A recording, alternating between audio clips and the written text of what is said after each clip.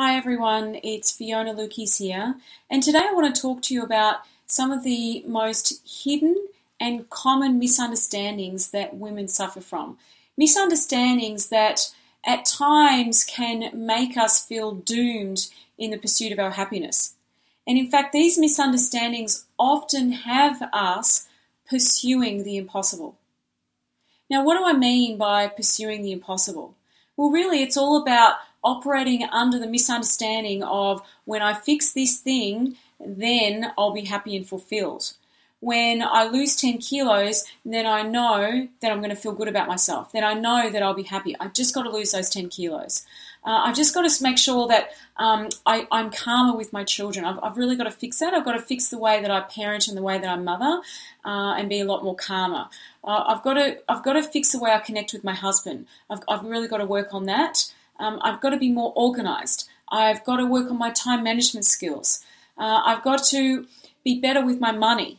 All of these things that we're constantly working on that have us feel as though that we have to fix something in order to be happy. This common misunderstanding. And, it's understandable in many ways why we would see the importance of this. I mean, there are so many self-help materials out there and personal development materials out there showing us that this is the key, that this is the answer. So many books on time management, organizational skills, how to love yourself more, how to lose weight, how to eat optimal health, alkaline versus acid in our bodies. It goes on and on and on. There are so many things out there, so many programs, tips and techniques, all designed to help you fix that one thing. Fix that area of your life in order for you to have that feeling of fulfillment and happiness that we're craving. Now, the problem with that is this.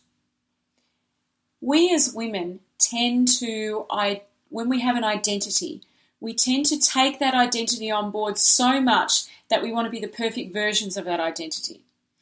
Now, think about it. When you decide that you want to be, that you're a mother, and you take on that identity, then you want to be the best mother that you can be. When you're in the identity of being someone's wife or partner, then you want to be the best wife or partner you can be. When you're at work, you want to be the best you can be at work when you're in that identity. And as women, we have multitudes of identities. We have many, many, many identities. And each time we step into one, we want to be the best version of that thing. And so every time we are not, we then have the ever-present feelings of guilt. And guilt then brings with its own other challenges. Feelings of overwhelm, frustration, resentment, anger, rage, all of those things that come when we feel that sense of guilt and that sense of worry and concern because we've taken on board the fact that we've got to be the best version, the perfect version of whatever identity that we've stepped into, that we've taken on board in that moment.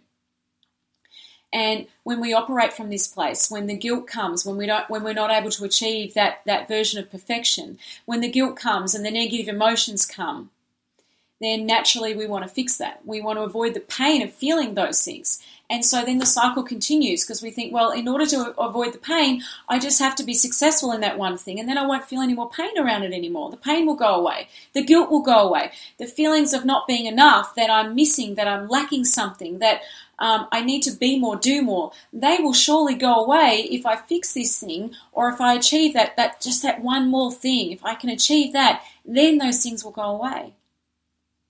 Now, what happens when we operate from that space is we find ourselves constantly chasing a moving target. And this is how we end up pursuing the impossible. Because it's always the next thing and the next thing and the next thing that's going to make us feel good and feel fulfilled. And it's understandable because, there's nothing wrong with those results. Getting those results is a great thing. Yeah, sure. When your body's at its best, when you're at your optimal weight, yeah, you feel sexier, you feel better, you have more energy. When your relationship is where you want it to be, of course, you're happier. And you all know I'm a huge advocate of that. Connection is so important to us and relationships are so important. So yeah, when my relationships are great, then naturally I'm going to be happier. When I'm being that calm, peaceful mother that I see everyone else being, that I can't seem to manage, when I can achieve that, then I know I'll truly feel fulfilled and happy. And it goes on and on. Fill in the blank around whatever it is for you. Whatever success means for you, fill in the blank. So it's not that the results are the problem. problem is the pathway that we take to getting those results. That is what trips us up. The pathway that we take, where we believe it's all about the next thing, that's the thing that causes the biggest problem for us and creates this common misunderstanding that we all operate from.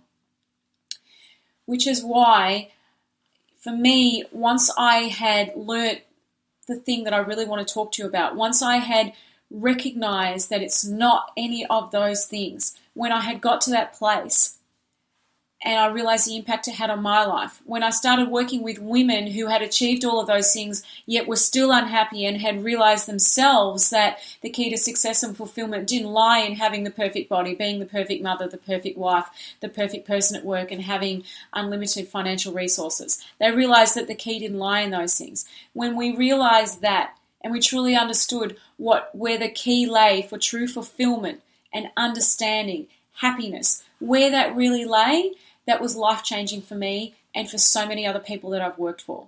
And because I know how much of a problem and an issue this is for women everywhere, I have created a webinar. I'm running a free webinar with you, and I want to share with you what I have learnt. I want to share with you this key so that you too can benefit from what I have benefited from and so many of my clients have benefited from.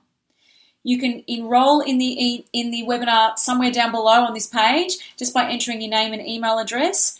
And I look so forward to having you on the call really, really soon, to sharing with you this exact thing that's made such a difference to me and so many of my clients. Thanks again for watching, and I look forward to seeing you on the call. Take care.